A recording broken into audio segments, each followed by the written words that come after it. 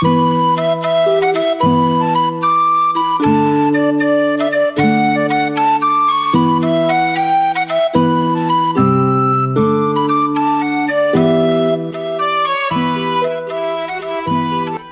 morning and welcome to Highland Waves, a podcast originating from Marshbrook Studios, located beside the world-renowned Margaree River in Cape Breton, Nova Scotia, Canada.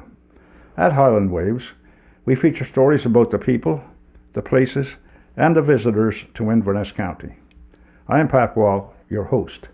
My guest today is Karen Allen. Welcome to Highland Waves, Karen. Thank you for having me. You're very welcome. Karen is owner and general manager of the 146-year-old continuously operating Brook Village Grocery, located on Route number 2 between Waikagama and Mabu, Nova Scotia. And just recently, she opened the Runway Pub and Grocery at the J.A. Douglas McCarty Airport in Sydney, Cape Breton, Nova Scotia. You're a busy lady. I am. I will correct one thing actually. When I did move to Sydney and start the second location, Catherine McIntyre is now general manager of Brook Village Grocery. Okay, thank you for that. The Brook Village Grocery is certainly a community hub. It is. And your new venture, the Runway Pub and Grocery at the Sydney Airport, I guess you could call a hub within a hub. Yeah, it's getting to be that way, definitely. Okay. How do you find time to do all this? Well, with Catherine stepping up as manager, as I said, that was the biggest part of it. I've got a really strong team at Brook Village with her and Chef Kate Campbell and Robin Wardle. So yeah, that allows me to comfortably leave that store in good hands. Oh, great. Were you born in Brook Village? Nope, I was born in Maryvale in Antigonish County. How did you get involved in the Brook Village Grocery? So when I first moved to Mabu, to the Mabu area, I was working full-time at the Red Shoe in Mabu. Okay. And so I drove past Brook Village store every day on my way to work. And I remember one time as we were driving and my friend said, somebody needs to buy that store and bring it back to life. And that's how it started. Okay. Just for our listeners, the Red Shoe is a pub in Mabu, Nova Scotia. Did you ever envision owning the Brook Village Grocery? I certainly never envisioned owning a local grocery store. No, that was not planned. But I definitely saw an opportunity and thought I could make something of it. Tell our listeners about the place. Well, so as you said, it's 146 years old, I believe, this year. It has never closed. It's only changed hands. So it's for those of you who are not familiar with the Highway 252 between Mabu and Waikagama, it's, I would say, one of, if not the farming heartland of Cape Breton. Not the only one for sure. Margaree's got lots of farms as well. But yeah, the 252 is pretty special. There's a lot of farms in there.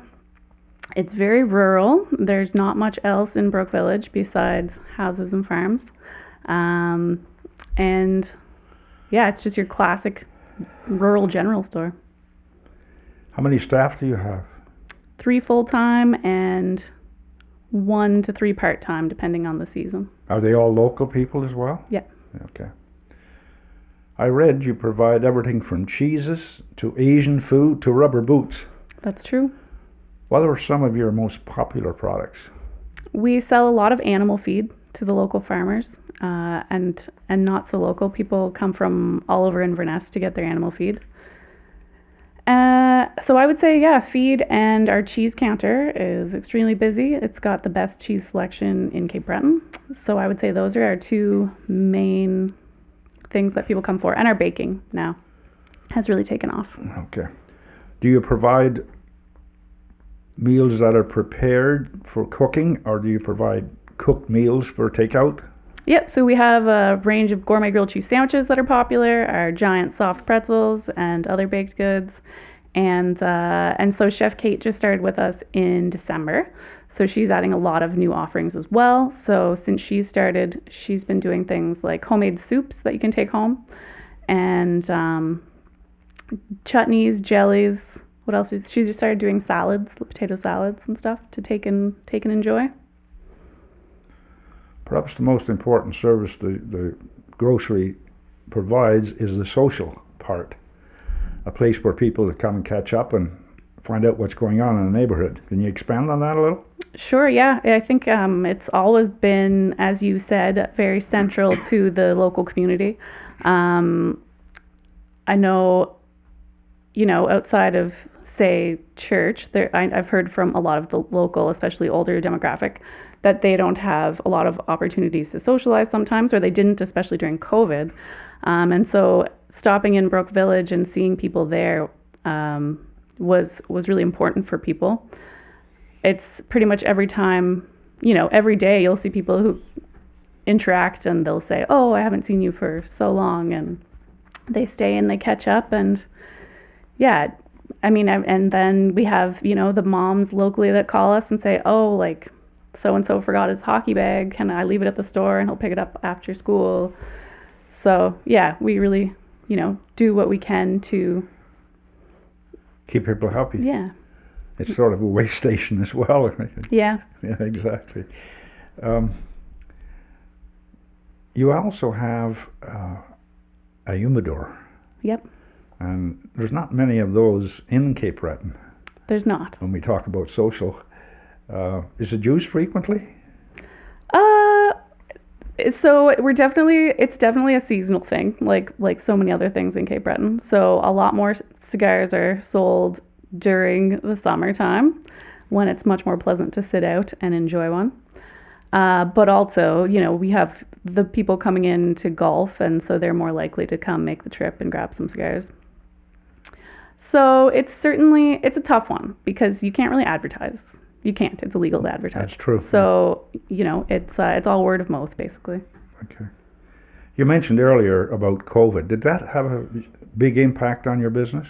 Yeah, it was huge. COVID actually was kind of the beginning of Brook Village's, how do I say this? It was, I would say when COVID first hit, in that first 2 weeks, our grocery sales quadrupled because we can get everything, but people tend to, they tend to go to a larger grocery store to do their big grocery shop. But once COVID hit and people weren't traveling and we weren't supposed to travel, we got a huge increase. Like, we started bringing in diapers, things that we never had before, but we could get. And we were the first place in our area, like between Mabou and Waikagama, to do curbside pickup for grocery boxes. So people would just call in their orders and we would fill them and they would pick them up and send an e-transfer. So that was huge for us. And from there, then that's when we ended up adding the kitchen and the baked goods. So COVID was actually a positive for Brook Village. Oh, that's good. I understand even in this day and age of credit cards and e-transfer and what have you, you have customers who run accounts. Yeah, we do.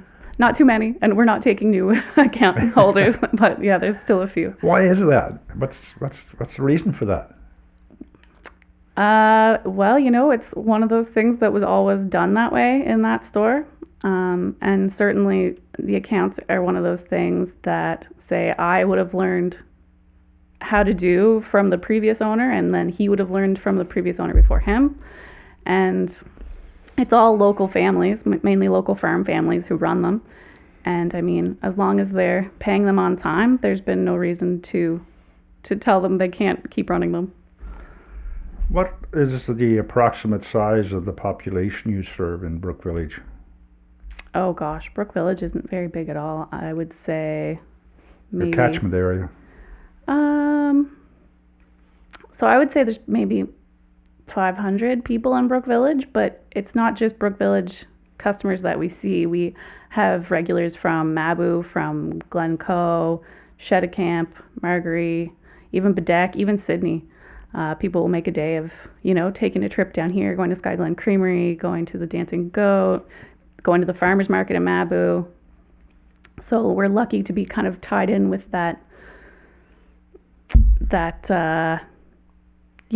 destination that people are coming to enjoy. And word of mouth is how you advertise, I would assume, or Yeah, mostly. I mean, word of mouth is still huge in Cape Breton, but social media is Huge. very important for any small business. Of course. I assume in the tourist season you're busier. Yes, but Christmas is also, December is a crazy, crazy time there as well. We sell a lot of cheese and a lot of gifts, all locally made. And the gifts are. And then I wouldn't say it's just tourists that drive extra business in the summer. It's also all of the people that live here not year round, all the people that live here 6 months of the year, 3 months of the year. And then also we get a lot busier for feed in the summer and for chicks and chickens, which are still delivered to and picked up from Brook Village. Okay. Why do you think tourists seek you out? Oh, I would say probably to experience some old-timey, authentic, rustic, rural charm. Do you think people are becoming more attracted to the ways of the past? Oh, definitely. I think that started being a thing with millennials. I remember reading that probably 10 years ago. That was an article about how millennials are, not just trying to be back to the earth, but also trying, looking for those authentic, old-fashioned interactions and ways of, of living. What about buying local? Is that a trend that's beginning to get bigger as well? I think it was, and maybe it still is, but I think right now with our economy, everyone is struggling, and, maybe buying local is taking a backseat to buying what you can afford. Okay. I understand you're also trying to avoid plastics wherever you can in your store. Yeah. That must be difficult. It is, and certainly it's impossible to do it completely because it's a grocery store. We receive things that are wrapped in plastic, but we do what we can to avoid extra plastic. So we don't use, for our food takeout, we only use paper compostable products. And say for our portioning for our grilled cheese, we only use parchment, again, anything that's paper-based, compostable. We have a Down East refill station, Down East liquid cleaning soaps that are made in Dartmouth. So, at this point, we've had that refill station for probably 6 or 7 years now. I'd say the amount of bottles we've, helped save has been in the thousands, which is pretty great. And then what else do we have in bulk? Licorice, candy, spices. How does that work? People will bring in their packages or bottles and whatever, and then you refill them? Yep. Or if they don't have something to put, these items in, then we use paper bags. Okay. Yeah. Running the grocery store in a rural area where services are sometimes hard to get, it must be challenging at times? For supplies, for example? Yeah, I mean, obviously during COVID, it was much worse, but that was kind of, I think, for everyone across the board, even in cities. I mean, I'd say the only thing we have a real problem with is sometimes our cheese deliveries, especially in the summer. If they get held up a day or two, it can mean some of those softer cheeses don't make it, but we just adjust by not ordering those when it's August. Oh, okay. So, no, it's pretty good. What motivates you on a daily basis to continue to provide the service that you do at the Brook Village Grocery? That's a good question. I think being such a big part of the community there would be the most rewarding part of it. And also kind of being so we carry a lot of products from of local producers of all size. So I think a lot of people that wouldn't be able to get products into larger stores, it's a good starting off point for them because there's no minimum order they need to fill, and we're not handing them, to always have it on the shelf. So like there's no barrier to entry, I guess, for those smaller producers that are especially just getting started out. So to see those small producers grow over the years is also really rewarding. And I'm just thinking about what you were saying earlier about how it's a social hub for people. And yeah, I think that's probably one of the things I most enjoy when I'm there is seeing, a couple of locals catching up outside the window. Yeah, it's a really special and unique place. You've decided to expand your food and drink horizons and opened a runway pub and grocery at the Sydney airport. That's kind of a grocery store in an airport. Can you talk about that a little? Yeah, well, I mean, that's still pretty new. But basically, it's kind of like if you can envision Brook Village, but with beer and at the airport. The great thing about having a pub and grocery store or a grocery store and cafe is that you can kind of vertically integrate, right? So say I've got something that's going to go off the next couple weeks, we can turn that into ready to eat food.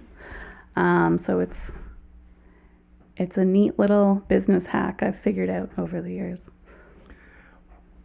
Besides travelers, who are your clientele at the airport? Cheese lovers in the CBRM, mainly cheese lovers, and starting to get quite a few teachers and students from CBU and NSCC, which are both within 10 minutes of the airport. And then also people looking for some local items that they maybe can't get anywhere else. Yeah. Are you the only venue of its type at the airport? Yeah. Okay. So we have a captive audience before the flights depart. Okay. What do you provide that will be different than what it was before you got there? Well, there was nothing there. Oh, was that right? So it was easy to improve upon. So they expanded. Yeah. Obviously, you've done your homework and feel there's a need for that establishment there. Why do you think that need is there? Well, I mean, yeah. So I think that whole space was empty for 4 to 6 months before I discovered it. And I only discovered it because Catherine and I were going on a work trip in November. And we're ready to start drinking beer. And we asked the commissionaire when it opened. And he said, it doesn't open. And that's when the wheels started turning. So yeah, I mean, you can't, it's just, that's kind of a no-brainer. To have an airport with no food or drink available, that's nuts. It's not pleasant for the travelers. It's not pleasant for the people that work on the air, that work there. So. Can you tell our listeners what to expect at the establishment at the airport? Yeah, it's, well, if they're familiar with Brook Village, we have a very similar grilled cheese sandwich lineup. The fresh baked pretzels and bagels. We recently introduced an all-day breakfast, and then our bar offerings are all local as well. So you're not going to find Keith's, you're not going to find Michelob. It's all Breton and Island Folk cider. Now, you sort of answered this question earlier. You have two businesses at quite a distance apart, and I was going to ask you how you manage both. Or you do have an on-site manager at both locations? No, just at Brook Village I do. Oh, just at Brook Village? Yeah. So you work the one at the airport? Yeah, and I have a cook there as well. Oh, okay. Mm-hmm. Frequently, businesses complain about finding staff. How do you find competent staff for your establishments? Oh, I would say I've just been really, really lucky, but I think the staff might say, well, yeah, I've been lucky for sure. I try to do what I can to make sure my staff are happy, and and challenged and want to stay working where they are. Do you have staff that are not local, like people from the university working at your location? Nope. No? Nope. So everyone at Brook Village is local, and the part timers that we have in the summer are very local. They basically walk to work. They're Brook Village kids. And then at the airport, currently it's just myself and Josh Miller, he's originally from Ontario, but he lives here now. What are your operating hours at the airport? Currently 12 to 6 Monday to Friday. What have you found are the biggest challenges in running small businesses today?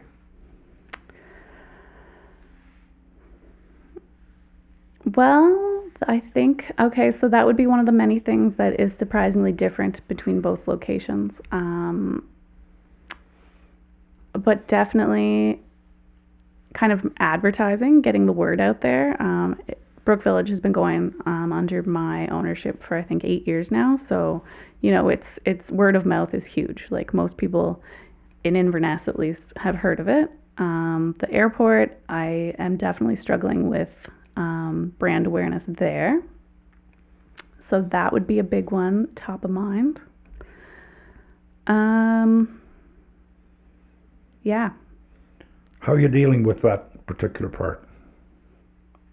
Well, social media, and I'm kind of, which I hate social media actually, it's just a necessary evil. So I'm kind of trying to do something new with the Sydney location. I'm going to try to not do social media, and I'm going to instead kind of go grassroots with flyers, posters, maybe some radio ads in the near future.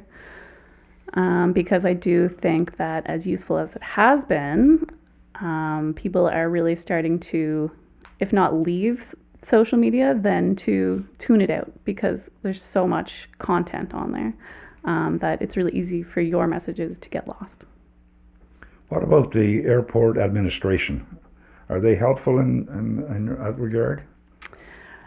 Well, first of all, the airport administration have been really awesome and really supportive, and they are very open to my ideas and things that I might request that I think would be helpful, because like my success there is also, it's important to them. It's mutually beneficial.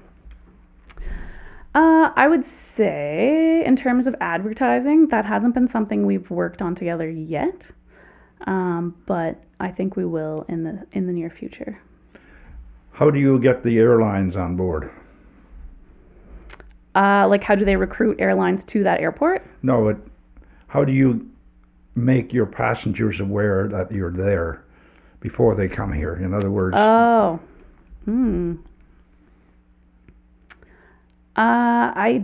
I don't think I have been able to do that yet. I'm not sure how I would do that. But the staff of Air Canada are pretty good. Well, they're great. They're super friendly and they're super supportive as well. And they and the commissionaires field a lot of questions and phone calls from people wondering what the services are like at the airport, and they are good to tell people about what I have on offer there. So it's a mutual advantage to be involved. Definitely, yeah. Before we wrap up, is there anything else you would like to add? No, not off the top of my head. I'm just, it was very nice of you guys to invite me here today. I'm honored, so thank you. Well, thank you for coming to enlighten us on the wonderful hub that you have at Brook Village, and for giving us a peek at your new venture at the Sydney Airport. We wish you continued success in both ventures. And thank you to our listeners. Don't forget, though, to hit the like and subscribe button so you can stay up to date. And remember, subscribing to Highland Waves is free. Our thought for today is by Gertrude Stein, who said, "Whoever said money can't buy happiness didn't know where to shop." So long for now, Pat.